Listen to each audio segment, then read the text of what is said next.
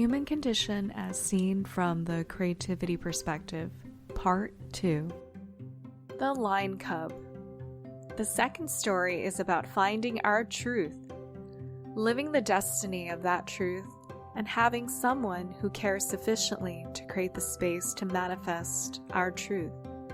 This story is the story of the Lion Cub. There was an infant lion cub that found its way to a flock of sheep. Being helpless and harmless, the sheep raised the cub as one of their own. The cub did not know it was a lion. He ate grass along with the sheep and followed the flock. One day, a male lion pounced on the little flock. The sheep instinctively scattered in terror. The little cub was not a sheep. He felt no instinct to run, nor was he an aware lion. So he just stood there. The adult lion saw the cub standing there and asked, "What are you doing, living among the sheep and the lambs?" The little lion cub roared, "Baa!" and goes back to nibbling the grass he learned to do. The male lion was beside himself. He took the cub by the scruff of the neck and carried him to the pond. The male lion screamed, "Look! Look into the pond! What do you see?" In the past, the lion cub only drank from the pond and never really looked to see who he was. For the first time, the little lion cub looked over into the pond to see who he was. The cub was surprised. He did not look like the sheep, nor did he look like the lambs. Puzzled, he asked, "Who am I if I'm not one of the sheep?" The lion cub looked over into the pond with the little lion and roared with a loud roar. "You are like me, a lion! You are the king of the jungle!" The lion cub asked, "What is a king?" The lion looked at the cub and said, "Roar!" The little lion cub attempted to roar, but only uttered a strong but pitiful baa. The lion would have rolled over in laughter if the situation was not so sad. With that, the lion takes the cub, again by the neck, and carries him off to its den, where there are the remains of a recently slaughtered kill. The lion takes a piece of the bloody meat and tells the cub to eat it. The cub replied emphatically, "I don't eat that stuff, whatever it is. I eat grass." The lion then opens the cub's mouth and shoves the meat down its throat. The young cub gags on the taste and texture of the meat. Although meat is the proper food for the cub and supplies the nutrients the cub needs to activate his instinctive system, he gags and chokes. However, the taste of the cub's natural food moves the cub to have a spontaneous response. The cub utters a weak but recognizable as the cub recognizes his true essence. He follows his instinct. He goes to find his first kill. In finding and obtaining that kill, the young cub utters a profound and loud and the cub becomes its destiny. You, as all of us, are that lion cub that has been living among the sheep.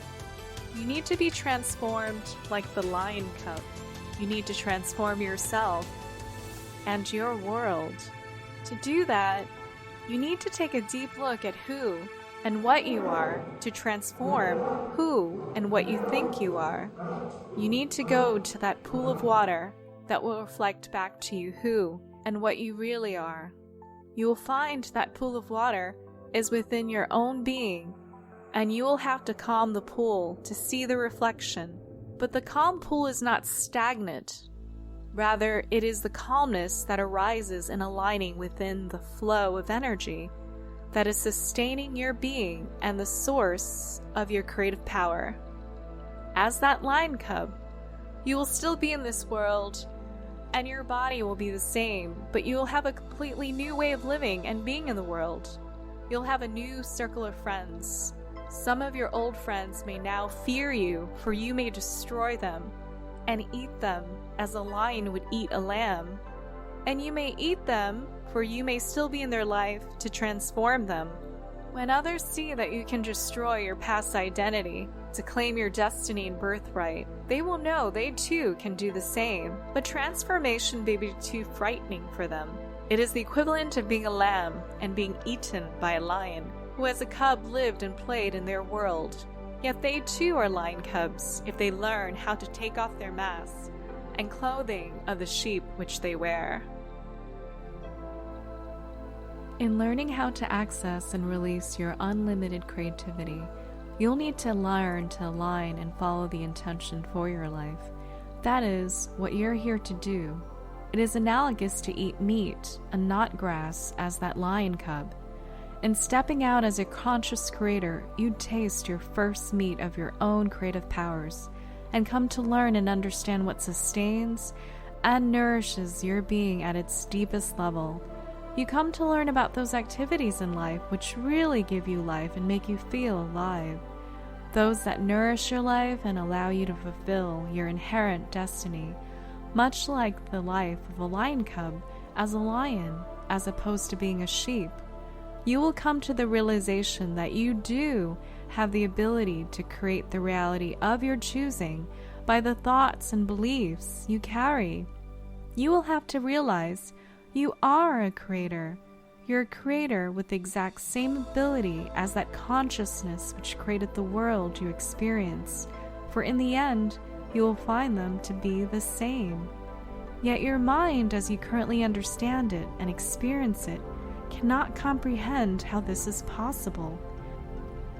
You will have to find a way to step out of mind, beyond what you think and believe, as any true mystic has learned to do, and to the surprise of many scientists, to learn what any true scientist has learned to do. But you have to allow yourself to become both, the mystic who can look within and acts on what they find, and the scientist who looks without and acts on what they find. When you take responsibility for what you think and believe, what we experience in life, and what we choose to let go of from our past, and begin to create our own truth, we gag on our own truth, as that lion cub did tasting meat for the first time. We gag on the truth that we create our own reality through our dreams, what we believe, how we think, and by what we desire. We gag at the responsibility it entails. We gag on what we have already created, for we have not created from our hearts and the essence, passion, and truth of our being. Rather, we have created from our mind and what we have been led to think about ourselves and our reality. What needs to be clearly understood is our own truth that flows within our being and expresses itself as our creative life energy is the food that truly nourishes and sustains us. When we find the truth within our heart and live our truth in all ways, we are that young lion cub obtaining its first kill, and we can roar to our true identity and heritage that we create the experiences we have. We become a co-creator of the world we see at one, and in true partnership with the source of being. However, unless we find that individual who demonstrates to us the truth of our own being and gives us the space to experience it, like that lion did for the cub, we're condemned to live a life of the mundane. We will condemn ourselves to life living like a lion as a sheep and an eagle as a chicken. Most of us need a guide, much like the lion which came into the life of the lion cub. It is intended that the understanding in the releasing your unlimited creativity material and the 15 creative steps guidelines become the equivalent of that lion who found the cub for you to guide you into your own unlimited creativity. In reading this material and working with these concepts, you will find that you need to make the choice as to whether or not to release your unlimited creativity. If you choose to do so, you can ask for assistance if you feel such assistance is needed. If you ask for assistance, the universe will accommodate your request. However, the help may and will probably not appear in the form that you expect. In fact, it may and probably will look completely different from what you expect. It needs to be understood that how our individual needs are met, and the form it takes, will not necessarily be anything like what we expect, for the universe is infinitely creative. But we must nevertheless not doubt all is being given to us based on what we have asked and as intended. We ourselves are ultimately creating what we experience by what we desire and long for in the depth of our being. However, we must choose to make our non-conscious conscious, to understand the deeper intentions that are governing our life as we wish to become a conscious creator.